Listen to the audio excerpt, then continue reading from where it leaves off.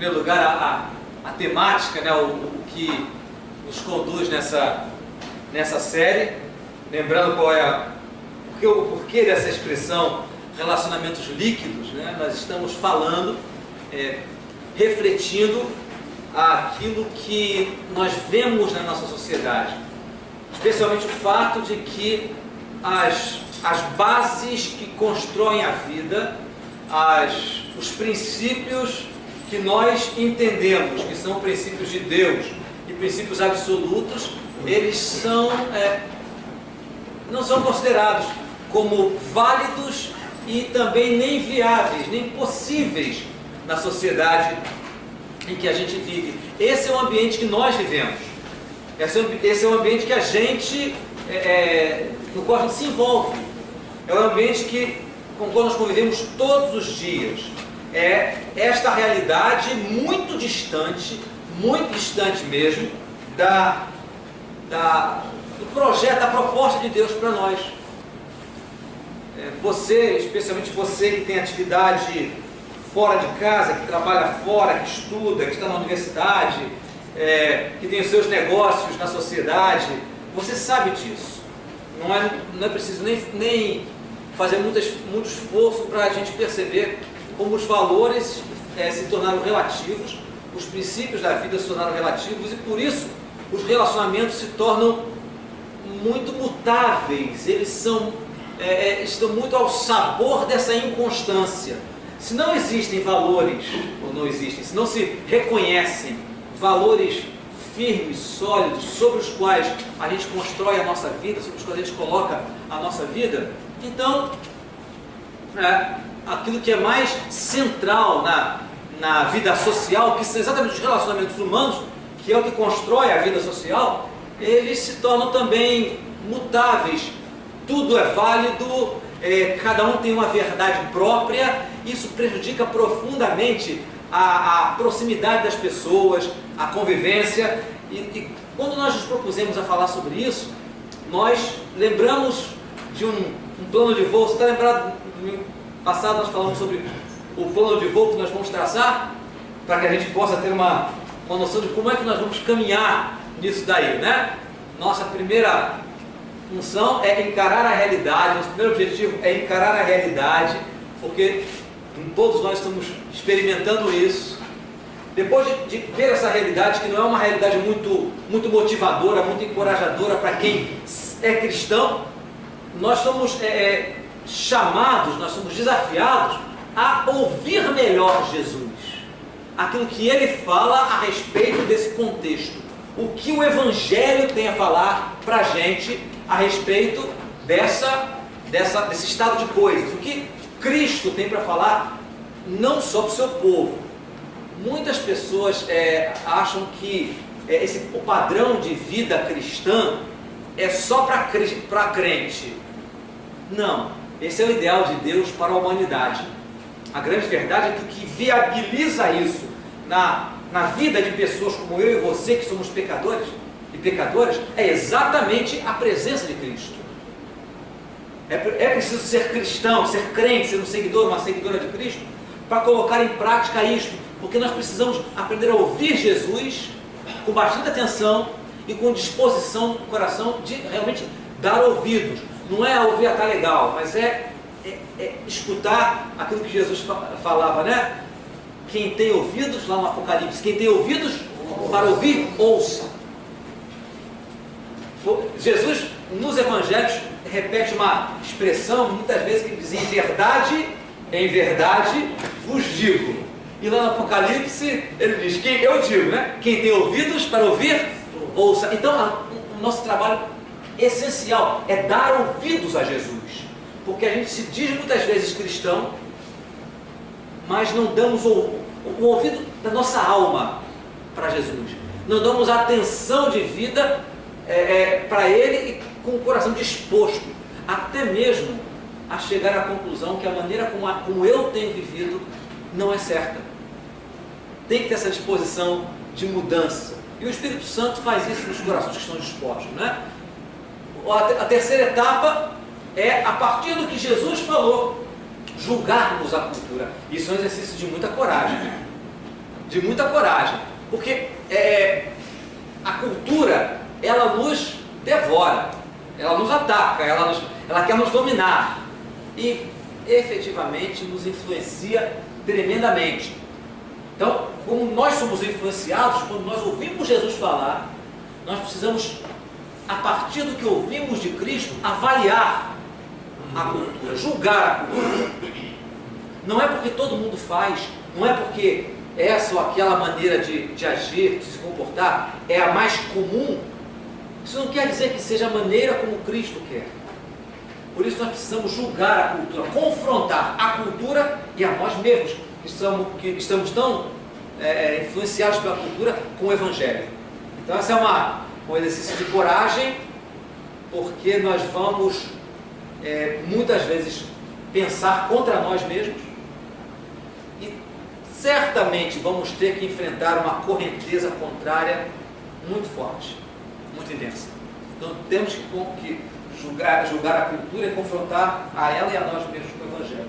E assim renovar a nossa caminhada, seguindo em frente, prosseguindo com Cristo, né? Porque muitos dos nossos modelos às vezes foram tão exercitados na nossa vida que às vezes não dá nem para corrigir o que ficou para trás. Mas uma vez avaliando aquilo que não é possível corrigirmos, nós precisamos reconstruir. Aquilo que é possível refazer, a gente refaz. Aquilo que não é possível, a gente precisa construir uma nova base, na base do que Cristo falou e do confronto que nós fizemos de nós mesmos com o Evangelho.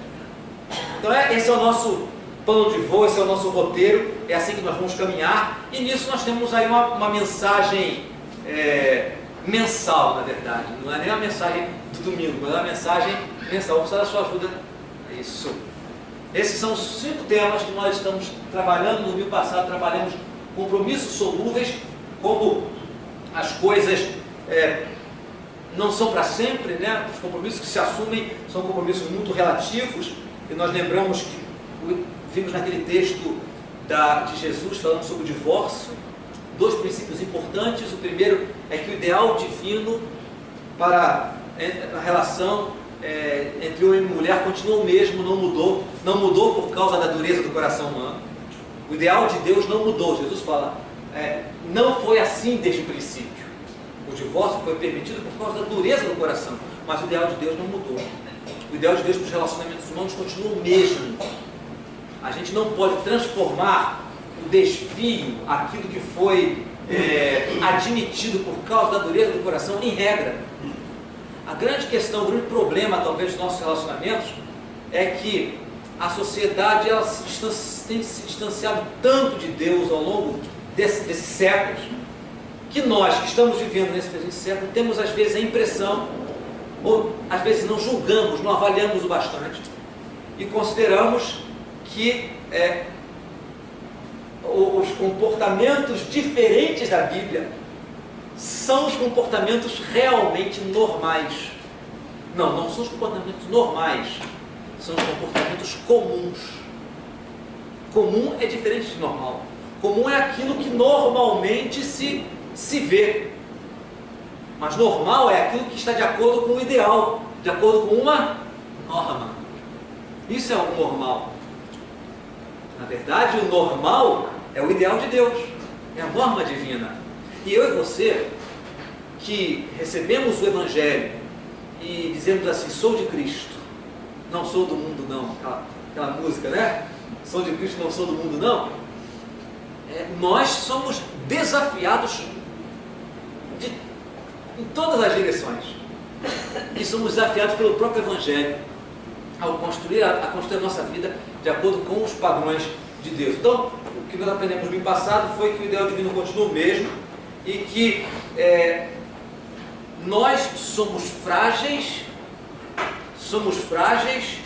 e que só podemos construir uma relação de amor, de lealdade, de durabilidade, se nós permitirmos que as nossas uniões, não só uniões conjugais, mas os laços que existem nos relacionamentos dentro da família, sejam laços estabelecidos e solidificados realmente por Deus.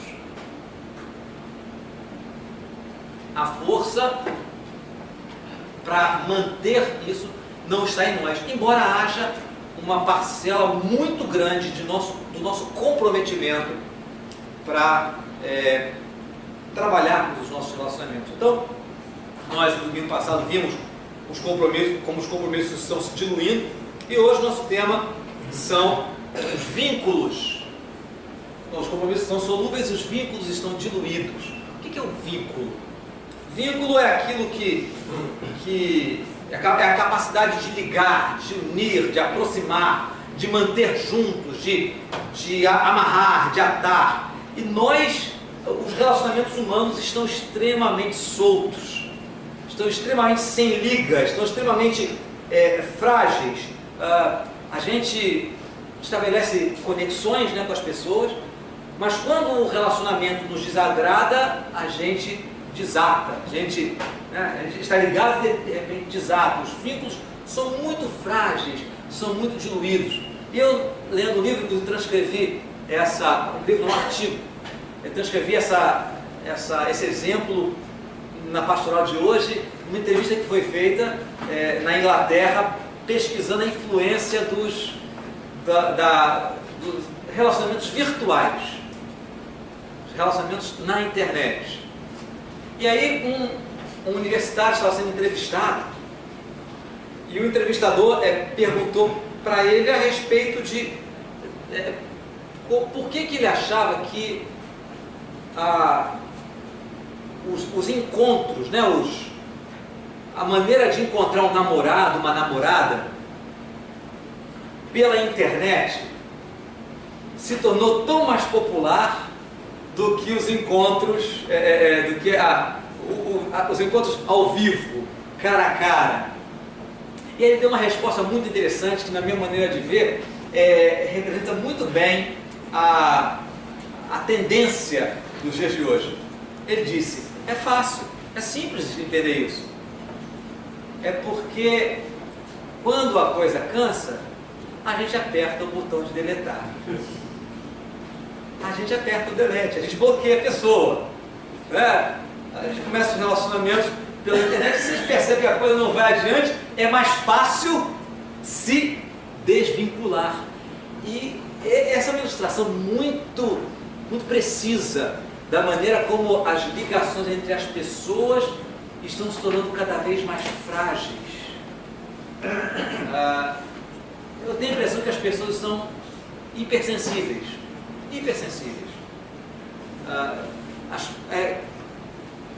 Os vínculos são tão frágeis entre as pessoas. O que acontece é que quando existe um conflito, uma dificuldade, uma diferença, antigamente, e não é tão antigamente assim, né? As coisas eram conversadas. Não há dúvida que uma conversa é muito mais ameaçadora, né? É muito mais assustadora. Pode constranger muito mais, porque a gente olha no olho e não coloca emoticon só, não coloca carinha sorrindo, carinha, né? Ou curtir, ou não curtir, não. Olhar no olho e conversar é muito mais complicado. É muito mais complicado. Por que a gente tem optado por isso? Por que a gente tem dado tanto mais valor aos relacionamentos virtuais? Porque os compromissos são menores, porque as ligações são mais tênues, são mais diluídas mesmo. São mais diluídas. Quantos aqui tem perfil no Facebook? Levanta a mão sem medo de pecar. E não é pecado ter perfil no Facebook, viu? Abaixa sua mão. Alguém aqui tem mais de 500 amigos no Facebook? Alguém tem mais de 500 amigos? Levanta a mão sem medo de pecar. Eu acho que eu tenho mais de 500 amigos no Facebook. Eu acho que tenho. Não são amigos, né? Não são amigos. É muita pretensão do Facebook querer... existe alguma outra maneira de você descrever no Facebook alguém que se une à sua rede? Existe alguma outra maneira de descrever no Facebook? Só amigos, né? Me ajudem aí, que eu sou assim, eu sou meio Facebook, mas sou meio coroa assim, desatualizado, né? É só amigo. Conhecido. Não, tem conhecido? Agora tem? No Facebook? Não, estou falando na sua rede em geral.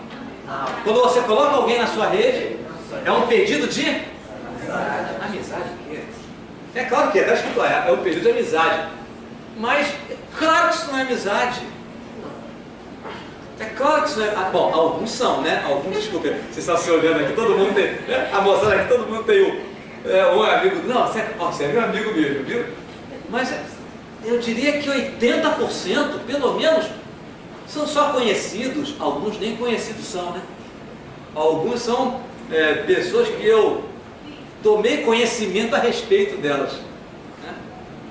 Então, isso mostra para nós como os vínculos estão diluídos. E isso acontece muito em casa. Não estou falando virtualmente, não estou falando a respeito do universo virtual. O universo virtual é um exemplo dessa tendência, dessa inclinação, dessa preferência que a gente tem por vínculos tênues. Porém, nós não fomos feitos para viver separados ou com vínculos tênues com as pessoas, especialmente dentro dos nossos lares. Agora, essa tendência de romper os vínculos, de flexibilizar as relações, não é culpa do mundo virtual. Isso acontece há muito tempo. Vamos lembrar de uma passagem bíblica que você lembra de cabeça. Quando Deus criou Adão, olhou para Adão e disse: não é bom que ele esteja só. Eu vou fazer para ele uma auxiliadora. A expressão idônea é muito interessante. A expressão idônea quer dizer que lhe corresponda. É interessante a história porque antes disso, o homem dá nome aos animais, mas não encontra ninguém para chamar com o seu próprio nome. Né? Então, cada animal tinha um macho, uma fêmea que se correspondia, mas o homem não tinha. Então, Deus fala: vou criar um auxiliador que lhe corresponda. E aí, Deus cria Eva, tira Eva do lado de Adão, e quando Adão olha para Eva, além de dizer que coisa bonita, né?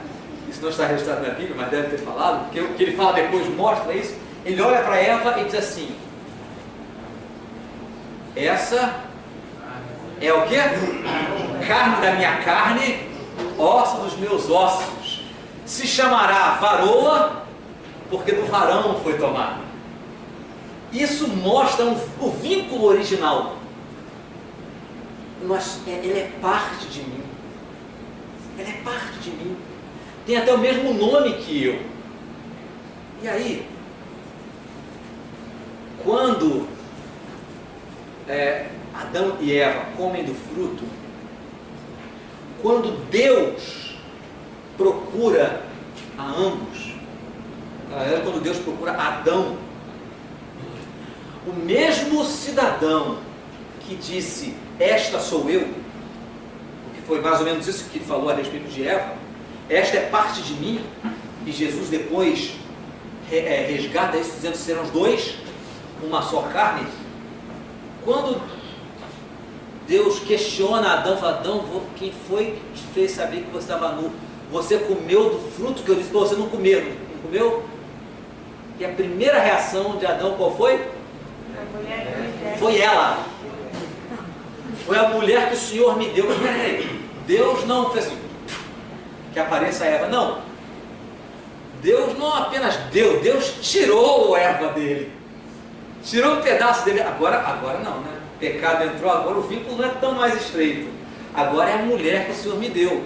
Esse ser aqui que apareceu, alienígena, que surgiu aqui. Vejam como a tendência da dissolução dos laços, da diluição, do esgarçamento das relações, é fruto da nossa natureza pecaminosa. Se a gente não cuida disso, a tendência natural não é a aproximação. A tendência é o desfazimento dos vínculos. Por isso as Escrituras nos ensinam algumas coisas importantes para nós. Eu queria que a gente abrisse em duas passagens bíblicas. Vamos começar pela... Estou errado. O primeiro é Efésios capítulo 4. Nós vamos ver em Efésios no capítulo 4 e no capítulo 5. Duas passagens que vão servir para nós. A primeira passagem são os 3 primeiros versículos de Efésios 4. Efésios 4, de 1 a 3. Acho que nós podemos ler juntos, não é? É um texto breve. Então vamos ler juntos? Efésios 4, de 1 a 3. Depois nós vamos ver uma parte de Efésios 5. Vamos ler. Rogo-vos, pois, eu, prisioneiro do Senhor, que andeis de modo digno da vocação a que fostes chamados, com toda a humildade e mansidão, com longanimidade, suportando-vos uns aos outros em amor, esforçando-vos diligentemente por preservar a unidade do Espírito no vínculo da paz. Até aqui, interessante, a expressão vínculo está aí, não é? A expressão vínculo está aí. Mas o primeiro princípio que eu queria que a gente trouxesse para nós, para a nossa experiência como seguidores e seguidoras de Jesus Cristo, gente do Evangelho, não é gente evangélica não, é diferente, hein? Hoje em dia isso é diferente. Gente do Evangelho, gente que ama a Cristo e quer seguir o Evangelho, queria tirar 3 princípios para nós. 2 desses versículos e um do texto do capítulo 5 que nós vamos ler. O primeiro princípio é esse. Está no versículo 1. E diz que esta é a nossa vocação. Viver com vínculos sólidos é a nossa vocação, que é diferente da sociedade. Versículo 1. De novo, vamos ler juntos? Só o versículo 1. Rogo-vos, pois, eu, o prisioneiro do Senhor, que andeis de modo digno da vocação a que fostes chamados. Não foram todos os que foram chamados para pertencer a Cristo. O sentido aqui chamado é aquele que acolheu a vocação de Cristo, o chamado de Cristo. Você e eu estamos aqui hoje, nessa noite, porque de alguma forma nós entendemos que o Evangelho nos chamou. O Evangelho que nos mostra a graça de Deus, que rompe aquela cadeia, aquela escravidão que o pecado nos impõe e que nos contamina desde os nossos primeiros pais, desde Adão e Eva. O Evangelho de Jesus Cristo nos liberta. E o que Paulo diz é o seguinte: vocês foram chamados de uma forma especialíssima. É o que ele está falando. E por isso ele diz: olha, vocês têm uma vocação diferente. O chamado de vocês não é um chamado comum. Não é um chamado simplesmente para andar por aí, como qualquer pessoa vive. Vocês foram chamados, foi um chamado elevadíssimo. Ele chama de a vocação a que nós fomos chamados. É o chamado de Jesus Cristo. E ele diz uma coisa: irmãos, por favor, andem de modo digno do chamado que vocês têm. Em outras palavras, se eu digo eu sou cristão, eu sou cristã, eu preciso lembrar que eu não sou chamado só para ter um carimbo, uma tatuagem na minha vida. Eu sou chamado para andar de acordo com a vocação que eu recebi de Deus. Desafio grande. Desafio grande. Mas na mesma medida em que nós somos desafiados para andar de modo digno, Deus nos diz como nós podemos fazer. Como nós podemos fazer. E aí há o segundo princípio que nos faz dar um passo mais à frente a respeito de como nós podemos andar, mantendo os nossos vínculos, mantendo a nossa proximidade, construindo, fazendo com que os vínculos sejam mais estreitados. E aí está essa verdade, está no versículo 3, é o segundo princípio. Versículo 3 diz que nós devemos nos esforçar diligentemente por preservar a unidade do Espírito no vínculo da paz. manter, nos esforçarmos para preservar a unidade do Espírito. Olha só, essa unidade do Espírito é algo que Paulo está dizendo que Cristo deu ao seu povo, à sua igreja. Então, nesse primeiro momento, nesse início dessa parte do livro de Efésios, Paulo está dando uma visão geral. É algo que diz respeito a todos os cristãos. Ele diz: nós somos muito diferentes, mas mesmo sendo diferentes e tendo coisas que nos distinguem e tendem a nos afastar uns dos outros, nós fomos chamados a uma santa vocação, diferente. Vida normal, vida natural, faz com que pessoas muito diferentes se afastem. Mas ele diz: olha, vivam de forma digna da vocação que vocês foram chamados. Vocês não foram chamados para admitir que os vínculos que o pecado normalmente dilui, se diluam cada vez mais. Mas vocês foram chamados para se esforçar por preservar a unidade do Espírito. E aí há um ensino muito interessante que fica escondidinho por debaixo dessa expressão preservar. Preservar. Leia de novo comigo o versículo 3. Vamos juntos? Esforçando-vos diligentemente por preservar a unidade do Espírito no vínculo da paz. Bom, aqui a gente pode ter a visão errada, sem um exame mais apurado, de que nós somos responsáveis por nos unir, por nos aproximar. Mas não é isto que Paulo está dizendo aqui. Paulo está dizendo que a nossa responsabilidade é não nos unir,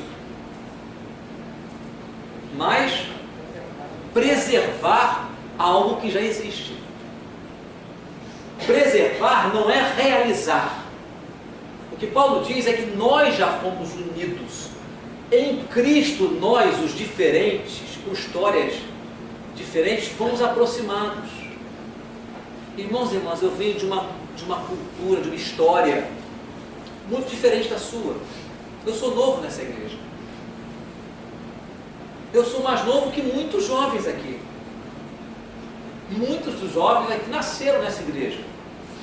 Eu só tenho 10 para 11 anos nessa igreja. A moçada é veterana, né? A moçada já está aqui há mais tempo, né? Helena, Deus. São mais veteranos que eu aqui na igreja. Então eu venho de uma história diferente, de uma cultura diferente.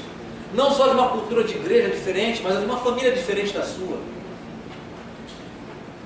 Muitos que estão aqui se encontraram com Cristo, estando convivendo com essa igreja, ou em outras igrejas, se encontraram com Cristo mais tarde, têm histórias de vir de famílias que não são do Evangelho. Alguns talvez sejam os únicos seguidores de Cristo na sua casa. Então temos histórias muito diferentes. Imagine só, nós somos um pequeno grupo aqui. Hoje a nossa igreja tem 30% dos nossos lugares ocupados. Mas só olhando para vocês, eu posso ter uma noção da diversidade de histórias que nós temos aqui, as preferências diferentes que nós temos aqui. No entanto, não só porque estamos nesta igreja, mas porque Cristo nos chamou, Ele nos uniu debaixo dele, debaixo da sua mão, debaixo da sua graça. Mas nós ainda temos coisas que nos afastam dos outros. Então, o nosso esforço espiritual, pessoal, isso que Paulo chama de esforçando-vos diligentemente, é uma forma de nós lembrarmos que a vocação é sublime, o Senhor nos uniu, mas nós temos a responsabilidade de fugir da diluição dos laços e estreitarmos os nossos braços. Lembre de uma coisa: o pecado nos afasta de Deus e nos afasta uns dos outros. A sociedade vive essa privatização, esse individualismo, Isso é profundamente natural, profundamente esperado por causa do pecado. Mas o que o Senhor deseja é que nós, que somos pessoas, que temos um outro chamado, um outro jeito de ver a vida, o jeito de Jesus Cristo, os nossos óculos para entender a realidade são Jesus Cristo, que nós tenhamos um padrão, uma busca de um padrão de vida diferente. Nos aproximarmos. Então, é por isso que ele diz, olha, exercitem humildade, versículo 2, né? Humildade, mansidão, paciência, se suportem uns aos outros, enfim, exercitem práticas que são muito antinaturais, e se a gente olhar no padrão da sociedade, são práticas aparentemente de gente fraca. Veja só, paciência, mansidão, humildade, não são vistas como virtudes desejáveis na sociedade que a gente vive. Mas o que a palavra do Senhor fala para mim e para você é: este é o modelo de Jesus. Este é o modelo de Cristo. Lá no Antigo Testamento, em Eclesiastes, não é, Cantares, se não me engano,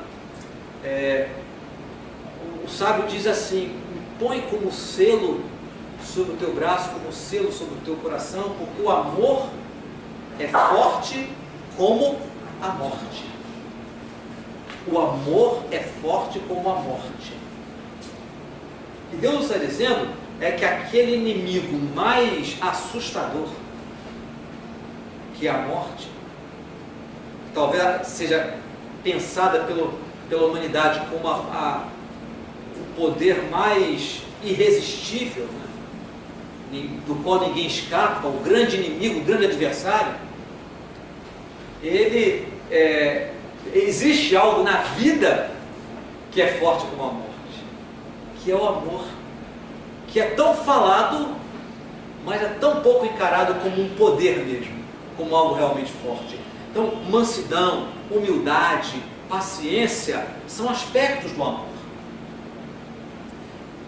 E nós temos essa tarefa de preservar o vínculo, a proximidade uns dos outros, por um esforço espiritual pessoal. Por que eu fiz questão de colocar a palavra espiritual?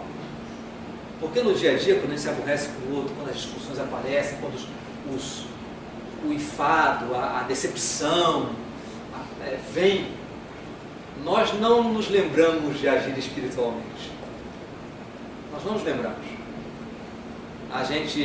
Ou a temperatura sobe, para quem tem um temperamento mais agitado, né? Ou então a tendência o recolhimento, a tendência ao afastamento cresce. Então, os conflitos que desfazem os vínculos geralmente causam essas reações, ou a reação agressiva ou a reação passiva de afastamento. Nós tendemos a fazer assim, nós reagimos aos problemas, às situações que a gente vive, às forças que dissolvem, que diluem os nossos vínculos. Então, vem o apóstolo Paulo e diz: olha, quando essas coisas acontecerem, quando as diferenças aparecerem, quando os aborrecimentos, quando as discordâncias, quando a repetição daquilo que você considera um erro contra você, quando as coisas começarem a afetar o teu coração, é exatamente aí que você deve fazer esse esforço espiritual, pessoal, e se esforçar diligentemente, com humildade, mansidão, paciência, para preservar o vínculo, preservar a unidade no vínculo da paz. É interessante que a sugestão de Paulo não é calar-se. Não é calar-se. É agir com base nos princípios da humildade, da mansidão e da paciência. A gente tem a ideia de que agir assim é calar, é ser muito submisso, muito recatado, não ter postura adequada, mas não é. O que Paulo fala é para nos esforçarmos. É uma ação, não é uma inação. Então, mansidão, humildade e paciência são atitudes, não são não atitudes. Ser manso é agir pacificamente. É quando a temperatura está lá em cima, eu ter a lucidez de que eu não preciso elevar a minha voz para me fazer ouvir. Acho que eu posso conversar com alguém que é igual a mim. Maridos e mulheres são iguais diante de Deus. Pais e filhos são iguais diante de Deus. Irmãos e irmãs, mesmo um mais velho que o outro, são iguais diante de Deus. É eu saber agir de uma forma humilde. Isso exige da gente confiança. Isso remete a gente para o terceiro princípio, que está no capítulo 5 de Efésios. E se você abrir sua Bíblia no capítulo 5, você vai ver que essa divisão do versículo 15 ao versículo 30 é muito diferente da divisão que está aí na nossa Bíblia. Não sei se a sua Bíblia tem a mesma divisão que a minha, em termos de subtítulos, mas na minha há um subtítulo que começa no versículo 3. Na sua também está assim? Se você não estiver lendo uma versão eletrônica, né? Se for uma versão escrita, certamente é possível que seja assim. E depois, no versículo 22, tem uma outra divisão. É assim na sua Bíblia? Então você pode ver que essa nossa divisão está totalmente fora desse padrão. E você vai entender por quê. Então vamos fazer a leitura do versículo 15 ao versículo 30. Aqui nós vamos fazer a leitura alternada. Viu? Efésios 5, de 15 a 30. Portanto, vede prudentemente como andais, não como nécios, e sim como sábios. Por esta razão, não vos torneis insensatos, mas procurai compreender qual a vontade do Senhor. E não vos embriagueis com vinho, no qual a dissolução, mas cheios do Espírito, falando entre vós com salmos, entoando e louvando de coração ao Senhor com hinos e cânticos espirituais, dando sempre graças por tudo a nosso Deus e Pai, em nome de nosso Senhor Jesus Cristo, sujeitando-vos uns aos outros no temor de Cristo. As mulheres sejam submissas ao seu próprio marido, como ao Senhor. Porque o marido é o cabeça da mulher, como também Cristo é o cabeça da igreja, sendo este mesmo o Salvador do povo. Como, porém, a igreja está sujeita a Cristo, assim também as mulheres sejam em tudo submissas ao seu marido. Maridos, amai vossa mulher, como também Cristo amou a igreja e a si mesmo se entregou por ela, para que a santificasse, tendo-a purificado por meio da lavagem de água pela palavra, para apresentar a si mesmo igreja gloriosa, sem mácula nem ruga, nem coisa semelhante, porém santa e sem defeito. Assim também os maridos devem amar a sua mulher como o próprio corpo. Quem ama a esposa, a si mesmo se ama. Porque ninguém jamais odiou a própria carne, antes a alimenta e dela cuida, como também Cristo faz com a igreja. Porque somos membros do seu corpo. Então veja só, o que esse texto aqui, eu tenho a certeza absoluta que as irmãs não ficaram zangadas em reler esse texto, que muitas vezes é considerado um texto machista, não é? Mas, irmãos e irmãs, esse é um texto maravilhoso para as mulheres e para os homens, para a família, para a casa. Por que eu fiz questão de ler a partir do versículo 15? Exatamente para que a gente entenda que esse conceito que às vezes é tão combatido de coração, irmãos e irmãs, ele é combatido porque ele é muito mal compreendido, porque nós lemos com óculos da sociedade e não com os óculos do Evangelho.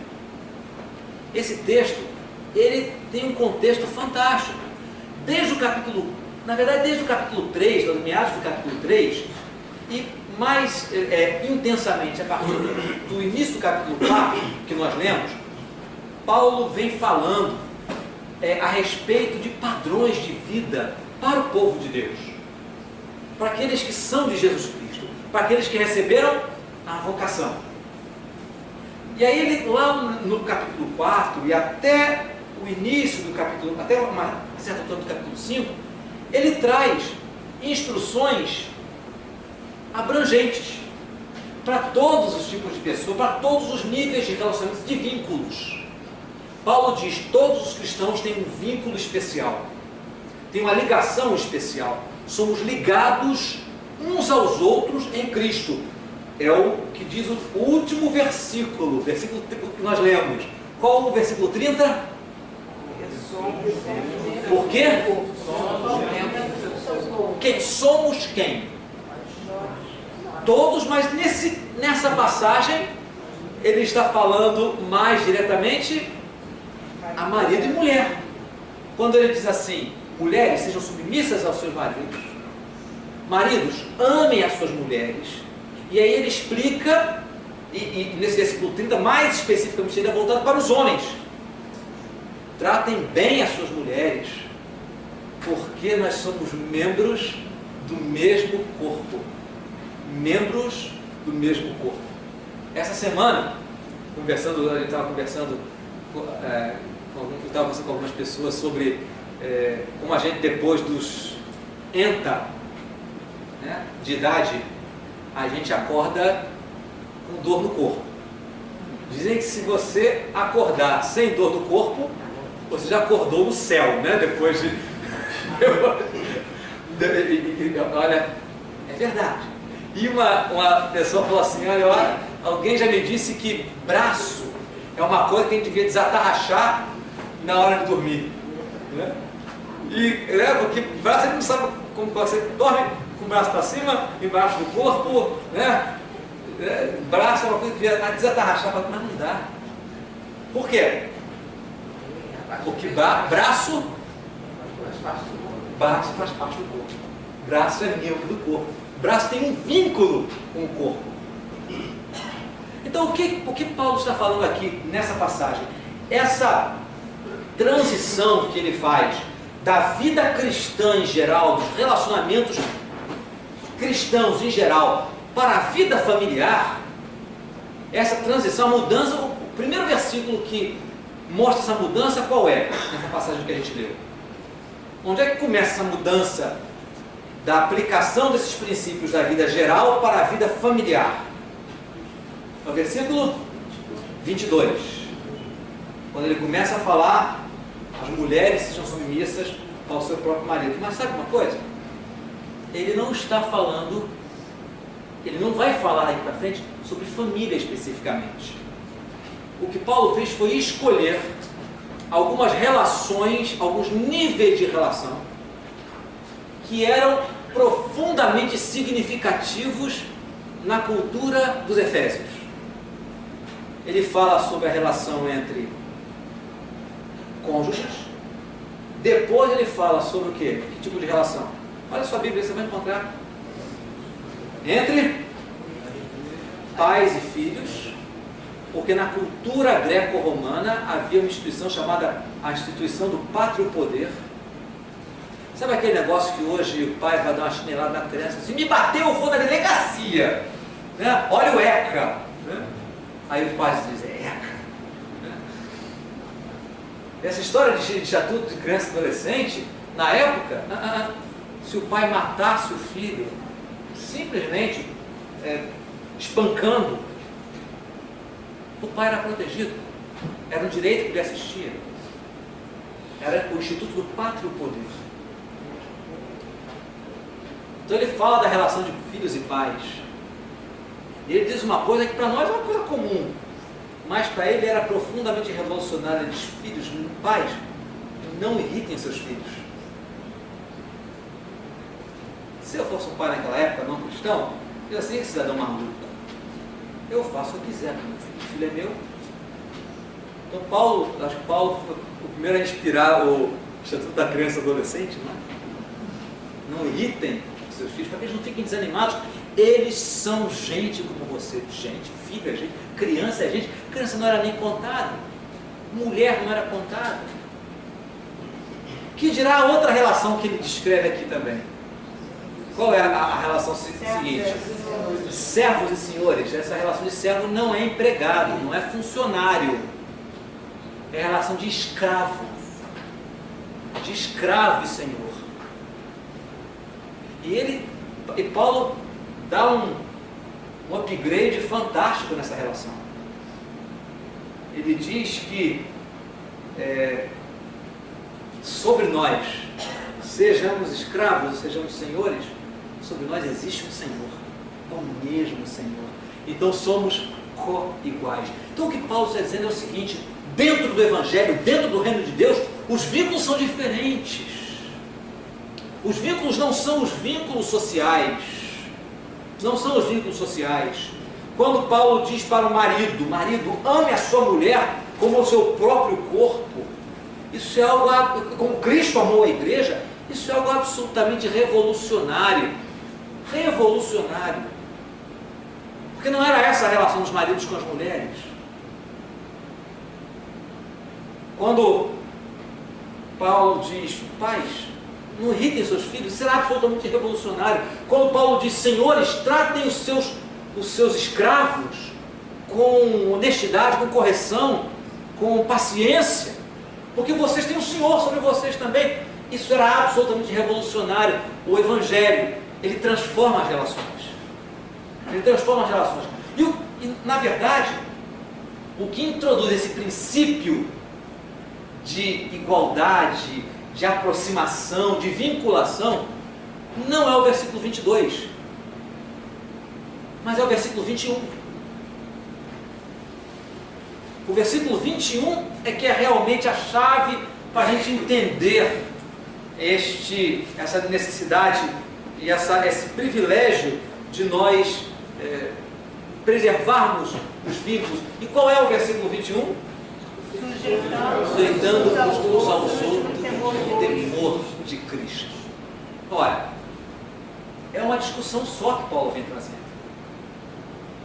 Ele vem trazendo uma discussão só. Ele fala primeiro do nível geral e depois ele aplica aquilo que ele vem trazendo em 3 contextos específicos. Desses 3 contextos, 2 são família: relação conjugal e relação pais e filhos. Ora, se ele vem falando de um mesmo tema que acompanha todos os níveis de relacionamento, desde os irmãos na igreja, eu e você, eu preciso aprender a me sujeitar a você no temor de Cristo, por amor a Cristo, estando debaixo de Cristo. Eu e você estamos igualmente debaixo de Cristo. Então eu me sujeito a você e você se sujeita a mim. Então não faz sentido, você vai encontrar isso também na pastoral, não faz sentido um líder na igreja ter paciência com a irmãzinha na igreja e não ter nenhuma paciência com os filhos em casa, com a esposa em casa. Não faz sentido. Isso é incoerente, isso não é evangelho. Isso é vida meramente humana, isso é vida indigna da vocação. Não faz sentido eu tratar bem as pessoas na igreja, não tratar as pessoas da minha família em casa. Porque o mesmo princípio de nos sujeitarmos uns aos outros, no temor de Cristo, como está esse princípio de nos entregarmos uns aos outros, que vale para a cristandade, para o corpo de Cristo, vale muito mais intensamente para o meu lar, para a minha casa, que é um elemento escolhido por Deus para transmitir a imagem dele para o mundo. Ontem nós estávamos numa reunião do Ministério de Família, na casa de Andressa e Fábio, estudando exatamente isso. Como as famílias foram escolhidas por Deus, as famílias são os projetos de Deus para espalhar a imagem de Deus no mundo. As famílias foram escolhidas. São famílias que compõem o povo de Cristo. A igreja não é a instituição Igreja Presbiteriana do Grajaú. A igreja são as famílias que se encontram com Cristo e que se congregam nesse lugar que nós, por uma questão de organização social, chamamos de Igreja Presbiteriana do Grajaú. Mas são os nossos lares que transmitem a imagem de Deus para a sociedade. Então o princípio de me sujeitar ao outro no temor de Cristo se aplica não apenas a essa convivência que nós temos aqui, mas se aplica muito mais intensamente à minha convivência no lar. Então esse é o princípio. A orientação geral é especialmente aplicável ao lar. Nos entregarmos uns aos outros em confiança e amor. Isso é nos sujeitarmos uns aos outros. Sujeitarmos uns aos outros não é sujeitarmos os outros a nós. Olha só, sutileza. Nos sujeitarmos uns aos outros não é querer que os outros se sujeitem a mim. Paulo estava de fora falando para as famílias, os cristãos, eles se sujeitam uns aos outros. Isso é muito. Sabe uma coisa, irmãos? O nosso problema é que nós queremos que os outros se sujeitem a nós. Nós queremos que os outros respeitem a nossa opinião.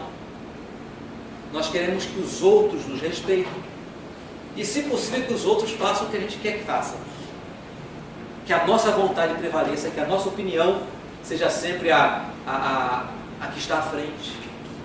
Mas é uma coisa interessante quando num lar os crentes entendem a importância de se sujeitarem uns aos outros. Segundo o padrão de Deus, você sabe quem é a primeira pessoa que tem que se sujeitar?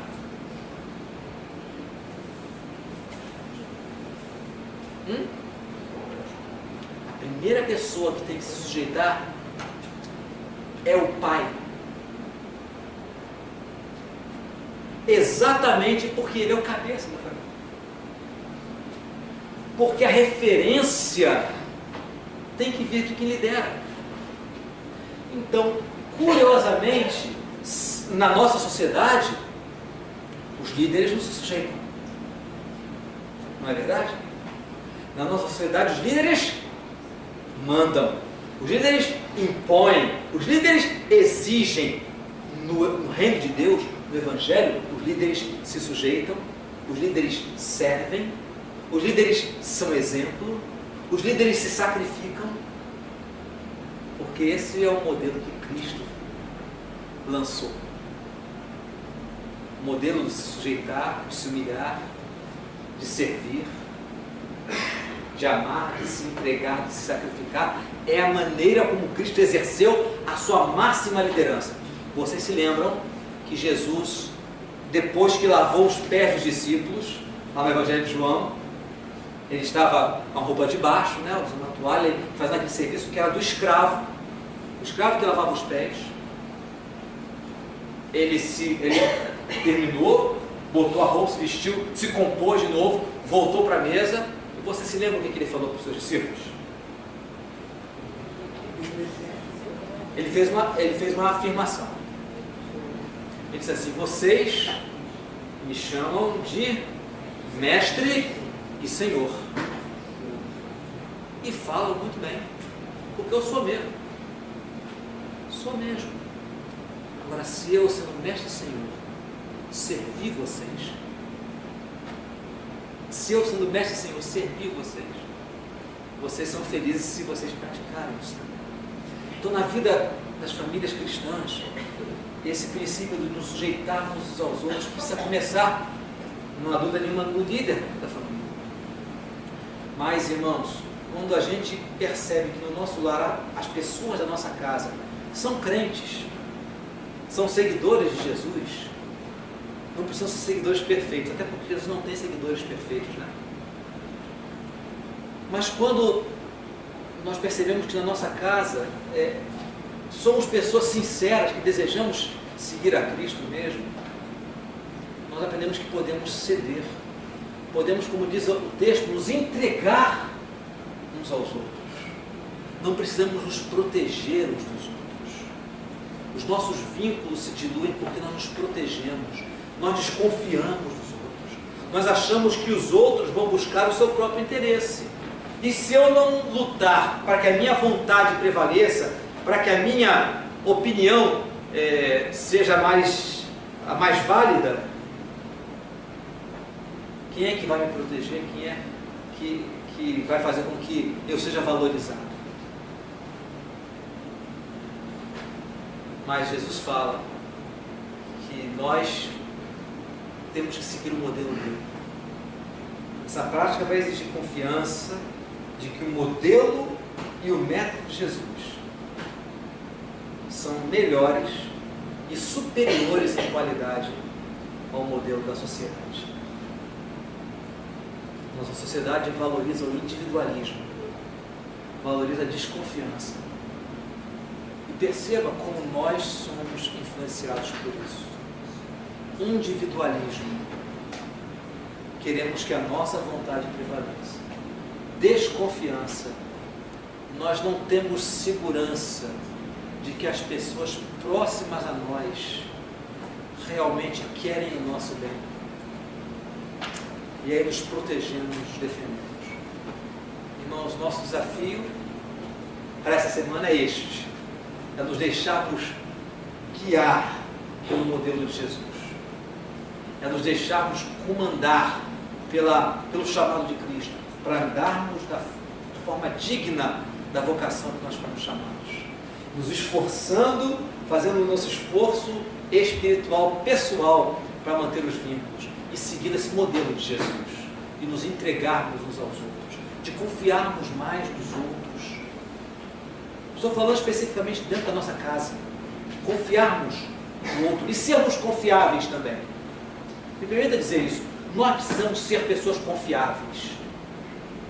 Eu preciso ser uma pessoa que os meus filhos olhem para mim, a minha esposa olhe para mim e diga: eu posso fechar os olhos e confiar no meu marido, posso fechar os olhos e confiar no meu pai.